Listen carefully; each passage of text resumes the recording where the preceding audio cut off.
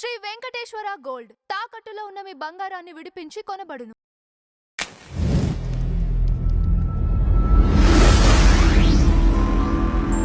Madam నమస్కారం.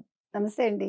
చంద్రబాబు గారు TTD సొమ్ముతో 5,000 గుళ్ళని దళిత కాలనీలో నిర్మిస్తామని ఒక ప్రకటన చేయడం జరిగింది. దానిపైన షర్మిల గారు వ్యాఖ్యల్ని మీరు ఎలా తీసుకుంటారు? నిన్న ఆవిడ ఇది మాట్లాడటం వల్లే ఇవాళ కాంగ్రెస్ వాళ్ళకి ఉండే ఆ కొద్దిపాటి పర్సంటేజ్ కూడా ఆంధ్రాలో ఎగిరిపోయింది. అంటే ఇవాళ కాంగ్రెస్ వాళ్ళు ఆవిడ మీద చాలా కోపంగా ఉన్నారు. అసలే ఆవిడ అన్నగారి గురించి తప్ప ఏం మాట్లాడటం లేదు అని నిన్నటి వరకు కోపంగా ఉన్నారు. ఇవాళ కొద్దో గొప్ప ఉండే ఓట్లు కూడా పోతున్నాయంటే ఆల్రెడీ ఆంధ్ర వాళ్ళు ఏమీ మర్చిపోలేదు. విభజన ఏ రకంగా కాంగ్రెస్ చేసింది, సోనియా గాంధీ చేసిన అన్యాయం ఏంటి, ఇవన్నీ ప్రజలకు బాగా తెలుసు.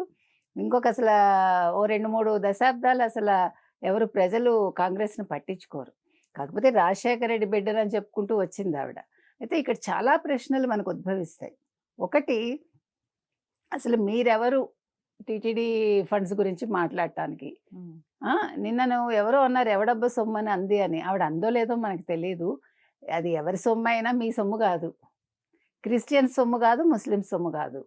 అది హిందూ భక్తుల సొమ్ము, హిందూ ధర్మ పరిరక్షణకు సంబంధించిన సొమ్ము, లేకపోతే హిందూ మతానికి సంబంధించి హిందూ గుళ్ళకి సంబంధించిన సొమ్ము, శ్రీ వెంకటేశ్వర స్వామి వారి సొమ్ము. దాని మీద మాట్లాడే హక్కు మీ ఎవరికీ లేదు.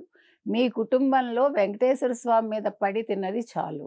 మీ కుటుంబం ఆల్రెడీ వెంకటేశ్వర స్వామి ఆగ్రహానికి ఏ రకంగా గురయ్యారో మీకు తెలుసు. కాబట్టి కొత్తగా మీరేవి నెత్తిన పెట్టుకోకండి. అసలు మీరెవరు మాట్లాడటానికి? మీకు ఇవాళ తెలుసా అండి ఆంధ్రప్రదేశ్లో ఎన్ని చర్చిలు ఉన్నాయో తెలుసా మీకు? 7,063 చర్చిలు ఉన్నాయి ఈరోజు. ఇందులో చాలా భాగం ఎవరు రాజశేఖర రెడ్డి గారి హయాం నుంచి ప్రారంభమయ్యాయి. అప్పటి నుంచి కట్టిన చర్చిలు. చర్చిలు కట్టడానికి పర్మిషన్ కావాలంటారు, గుళ్ళకి పర్మిషన్ అక్కర్లేదా? పిచ్చా మీకేమన్నా? అసలు ఆ దేవుడు ఇక్కడ హిందూ దేవుడా లేకపోతే భారతదేశంలో పుట్టిన దేవుడా జీసస్? మత ప్రచారానికి వచ్చి భాషలు నేర్చుకుని మత ప్రబోధకులుగా మారి మత మార్పిడి చేయడం కోసం వాళ్ళు హిందూ విధానాలు అవలంబించారు. మద్రాసులో సన్యాసుల్లాగా వాళ్ళు ఏమంటారు, ఒక ఆయన ఎవరు పేరు మర్చిపోయానండి, మద్రాసులో చాలా ఫేమస్ ఆయన, ఒక మిషనరీ, హిందూ సన్యాసిలాగా ఆయన రుద్రాక్షలు వేసుకుని కాషాయం కట్టుకుని ఆయన వీధి వీధి తిరిగి మత ప్రచారం చేశాడు అప్పట్లో. మీకు బుద్ధి లేదా, సిగ్గు లేదా? మీ మత మార్పిడి చేయడం కోసం మీరు ఈ రకంగా పనులు చేస్తారా? మీరు మీ మతంలోకి రావాలంటే మీరు మామూలుగా బోధ చేయండి, మీకు నచ్చితే రమ్మని చెప్పండి. నాటకాలు ఎందుకు? ఇవాళ షర్మిల గారు అసలు ఏ హక్కుతో మాట్లాడుతోంది? ఆవిడ ఒక క్రిస్టియన్ అయ్యుండి వాళ్ళ ఆయన క్రిస్టియన్ ప్రీచింగ్ చేస్తాడు కదా. ఆయన ఒక ప్రీచర్. అవును. బైబిల్ లేకుండా తెల్లారు లేచి వీళ్ళెవరు ఉండరు కదా. మీ ఆయన కూడా అలాగే మత మార్పిడి చేసుకున్నవాడే కదా, ఒక బ్రాహ్మడుగా ఉండి, ఒక హిందూగా ఉండి. నేను అనేది ఏంటంటే, మీకు నమ్మకం ఉంటే పెట్టుకోండి, మీ నమ్మకాన్ని ఎవడు ప్రశ్నించట్లా. కానీ హిందువుల నమ్మకాలని, హిందువుల గుళ్ళ గురించి, లేకపోతే హిందువుల సొమ్ము గురించి మీరెవరు మాట్లాడటానికి? దళితవాడల్లో కడతారో ఎక్కడ కడతారో అది ప్రభుత్వం ఇష్టం కడుతుంది. అయినా టీటీడీ నిధులు అవి. టీటీడీ నిధులు అంటే భక్తులు ఇచ్చిన కానుకలండి అవి. భక్తులు మొక్కులు చెల్లించుకున్నవో లేకపోతే భక్తులు ఇష్టపడి స్వామివారికి సమర్పించినవో ఆ సొమ్ము అది. మీ సొమ్ము కాదు. మీ అన్నగారిలాగా మీలాగా ఎవడి సొమ్ము ఎవడు తినలే, ప్రజల సొమ్ము ఇక్కడ.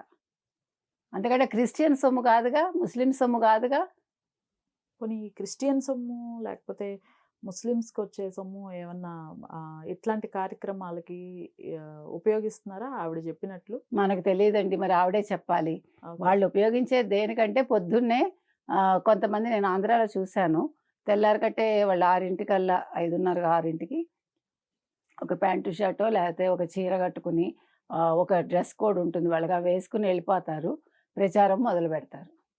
బైబిల్ లేకపోతే ప్యాంప్లెట్స్ ఇవన్నీ ఇస్తూ వాళ్ళు మొదలు పెడతారు. మనం బొట్టు పెడితే వాళ్ళు పెట్టించుకోరు, మనం ప్రసాదం ఇస్తే తినరు. కానీ మన సొమ్ము తింటారు, టీటీడీ సొమ్ము తింటారు. టీటీడీలో ఉద్యోగాలు చేస్తారు దొంగతనంగా, క్రిస్టియన్స్గా ఉండి. టీటీడీ వెహికల్స్లో ఆదివారాలు చర్చిలకు వెళ్ళిపోతూ ఉంటారు, వెంకటేశ్వర స్వామికి సంబంధించిన అదేంటది వెహికల్స్లో.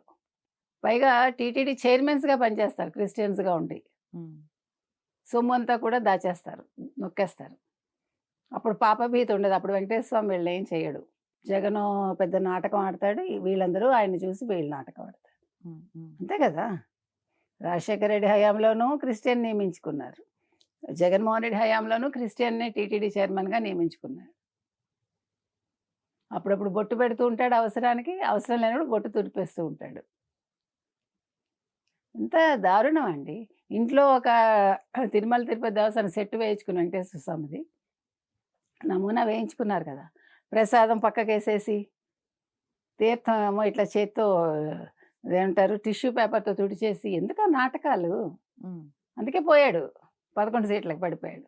ఇప్పుడు అసలు ఈవిడికి ఏ హక్కు ఉందని మాట్లాడుతుంది. ఇప్పుడు ఆయన దళిత వాళ్ళని చెప్పారా లేదా అనేది ఒక సందేహం. ఒకవేళ దళిత వాడల్లో కట్టించారండి, నీకేంటి నొప్పి? 5,000 గుళ్ళు కాదండి, 50,000 గుళ్ళు కట్టిస్తారు. స్వామివారికి అంత సొమ్ము ఉంది, ఈ సొమ్ము కాదు. విదేశాల నుంచి కూడా గుళ్ళు కట్టించమని అడుగుతున్నారు. భక్తులు విరాళాలు ఇస్తారు. మీకులాగా మేమేమి ఎక్కడి నుంచో తెచ్చుకోక్కర్లా, స్వచ్ఛందంగా వాళ్ళే వచ్చి ఇస్తారు. మీకు ఫారిన్ ఫండ్స్ వస్తే ఇక్కడ మీరు ప్రచారాలు చేసుకుంటున్నారు. వాళ్ళు అలా కన్వర్టెడ్ క్రిస్టియన్సే కదా వాళ్ళ కుటుంబం. వీళ్ళెవరు ఒరిజినల్ క్రిస్టియన్స్ కాదుగా. ఇప్పుడు రాజారెడ్డి కూడా మళ్ళీ ప్రీచింగ్ చేస్తున్నాడు, మరి రాజకీయాల్లోకి వస్తాడట. అప్పుడు బైబిల్ వదిలేసి వస్తాడా? వీళ్ళందరూ బైబిల్ వదిలేసి వస్తారా? విజయలక్ష్మి గారు మరి బైబిల్ పట్టుకునే ప్రచారాలు చేసిందిగా. అవును. నేను అనేది ఏంటంటే, మీకు సంబంధం లేని విషయాలు మాట్లాడకండి. నీ మీద ఏదో కొద్దో గొప్ప సానుభూతి ఉంది నిన్నటి వరకు, ఇప్పుడు ఎవ్వడికి లేదు, దెబ్బకి పోయింది. ఇప్పుడు కాంగ్రెస్ అనే పదం వింటే అరికాల మట నెత్తికెక్కుతుంది ఆంధ్రాలో. ఎందుకు ఆవిడకి అసలు? ఇప్పుడు దళితవాడల్లో గుళ్ళు కట్టేస్తే మీ వారు ప్రీచ్ చేసుకోవడానికి ఉండదా? కన్వర్ట్ ఎవరును? పూజారులను ఎవరిని పెడతారు? పూజారి కావడానికి అర్హులైన వాళ్ళని అక్కడ నియమిస్తారు. అక్షరం ముక్క రాకుండా వెళ్ళి పూజారిగా ఎవరు పెట్టరుగా ఎవరిని. మీరు దళితుడిని పెడతారా? ఎవరిని పెడతారు? మీరు హిందువులు పెడుతున్నారు. మీకు ఎందుకు అసలు? చర్చిల్లో హిందువులను పెడుతున్నారా మీరు? ఇప్పుడు నాకు బైబిల్ గురించి తెలియదు, నన్ను తీసుకెళ్ళి అక్కడ మీ ఫాదర్ గానో లేకపోతే ఇంకేదోగానో పెడతారా? ఇంకో సంగతి, చర్చిల్లో లేడీస్ ఫాదర్స్గా ఉండగా మీరు చూడరు. అవును. ముస్లిమ్స్కి ఉండరు, కానీ శబరిమలలో వీళ్ళు ప్రశ్నిస్తారు. మీకు అర్థమైందా? అక్కడ మాట్లాడతారు. అంటే హిందువులు అనేసరికి మాట్లాడతారు. మా లోపాలు మేము మాట్లాడం, మీరు మాట్లాడకూడదు. నేను అనేది ఏంటంటే, మీ సంగతి మీరు చూసుకోండి, మీకు అనవసరం. దళితవాడల్లో వాళ్ళు వచ్చి అడిగారా? మరి వాళ్ళు వచ్చి అడిగారనే మీరు వెళ్తున్నారా ప్రీచింగ్కి? మిమ్మల్ని ఎవరన్నా వచ్చి మాకు ప్రీచ్ చేయండి అని అడుగుతున్నారా? మీరు బలవంతంగా వెళ్ళి అక్కడ పొద్దున్నే వాళ్ళకి వినిపించి, ఎవడడిగాడు మిమ్మల్ని, ఎవడడిగారని వెళ్తున్నారు మీరు? ఇక్కడ వాళ్ళు అడిగిన వాళ్ళు ఉన్నారు, అడగకపోయినా గుళ్ళు కట్టే అధికారం ఉంది, ప్రభుత్వానికి ఉంది, టీటీడీకి ఉంది. ఇష్టమైన వాళ్ళు వస్తారు గుడికి, అంతే. ఎవరిని మీరు రెండమ్మా లేకపోతే మీరు మా మతంలోకి రండని హిందూ మతం అడగట్లా. గుడి కట్టిస్తారు, ఇష్టమైన వాళ్ళు వెళ్తారు. మీ ఆయన కోసం ఒకళ్ళతో తీసుకోకండి, మీరు మీ కొడుకు కోసం, మీ మతం కోసం తీసుకోవద్దు. మీరు ట్రూ క్రిస్టియన్ అని అందరికీ తెలుసు. మీరు నేను క్రిస్టియన్ కాదు అని చెప్పండి చూద్దాం. నాకు ప్రభువు మీద నమ్మకం లేదు, నేను బైబిల్ నమ్మను అని చెప్పమనండి చూద్దాం. టీటీడీ సొమ్ము కైంకర్యం చేసేసారు. పరకామణిలో 300 కోట్లు తినేశారు మీ వాళ్ళు, మీ అన్నగారి హయాంలో. మీ అన్నగారిని వెళ్తే ముందు ఇప్పుడు 7,063 చర్చిలు కట్టారండి. మీ నాన్నగారి హయాం నుంచి నువ్వు ఎందుకు ప్రశ్నించలేదు మరి షర్మిల? ప్రశ్నించాలి కదా, ఎందుకు మీరు చర్చిలు కడుతున్నారని అడగాలి కదా. ఎవరు అడిగారని కట్టారని అడగాల. ఇవాళ టీటీడీ దేవాలయాలు కడతావంటే మీరు ఎందుకు అడుగుతున్నారు? అసలు what right you have got? First thing, అసలు మీరు హిందూ కాదు, మీ డబ్బు తీసుకోలేదు, మీ దగ్గర నయా పైసా ఎవడో తీసుకోలేదు, మరి మిమ్మల్ని వచ్చి విరాళం అడగలేదు, లేకపోతే మీ కుటుంబాన్ని అడగలేదు, ఏ క్రిస్టియన్ దగ్గరికి వెళ్ళి ఎవడు డబ్బులు అడగలేదు, టీటీడీ వాళ్ళు వెళ్ళి అడుక్కోరు. ఇంకోటి, భూమన కరుణాకర్ రెడ్డి మొన్న ఏమన్నాడండి, శ్రీవాణి ట్రస్ట్ తరఫున వచ్చిన డబ్బులతోటి 1000 గుళ్ళు కట్టించానన్నాడు. మరి అప్పుడు ఎందుకు ప్రశ్నించలేదు? ప్రశ్నించాలి కదా.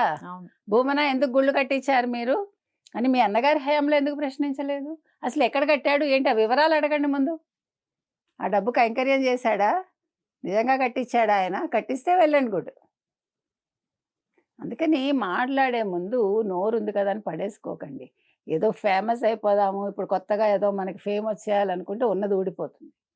ఇప్పుడు అయిపోయింది ఆవిడ మీద. మనం కూడా మొన్నటి వరకు కొంచెం సింపతిగా ఉన్నాం. ఇప్పుడు ఏది అవసరం నిన్న చంద్రబాబు నాయుడు గారు కూడా సమాధానం ఇచ్చారు కదా ఆవిడకి. ఎస్. ఇవ్వాలి. ఒక రాష్ట్ర ముఖ్యమంత్రే ఇచ్చారు. ఇచ్చి తీరాలి కూడా. ఎందుకంటే ఇలాంటి వాళ్ళకి ఒకసారి బుద్ధి చెప్పకపోతే 100 మంది నోళ్ళు తెరుస్తారు. నువ్వు రాహుల్ గాంధీ కోసం పనిచేయట్లా. నువ్వు ఆంధ్రప్రదేశ్‌లో ప్రజల కోసం పనిచేయాలి కాంగ్రెస్ తరఫున అనుకుంటే నోరు అదుపులో పెట్టుకోవాలి. రాహుల్ గాంధీ కోసం అనుకుంటే రాహుల్ గాంధీ లాగానే ఉంటావు నువ్వు జీవితకాలం. ఏమనాలి, ఒక నేతవి కాలేవు, లేదు ఒక ప్రైమ్ మినిస్టర్‌వి కాలేవు. ఇక్కడ నువ్వు కనీసం ఎమ్మెల్యే కూడా కాలేవు చెప్పాలంటే. Right madam. Thank you. Thank you.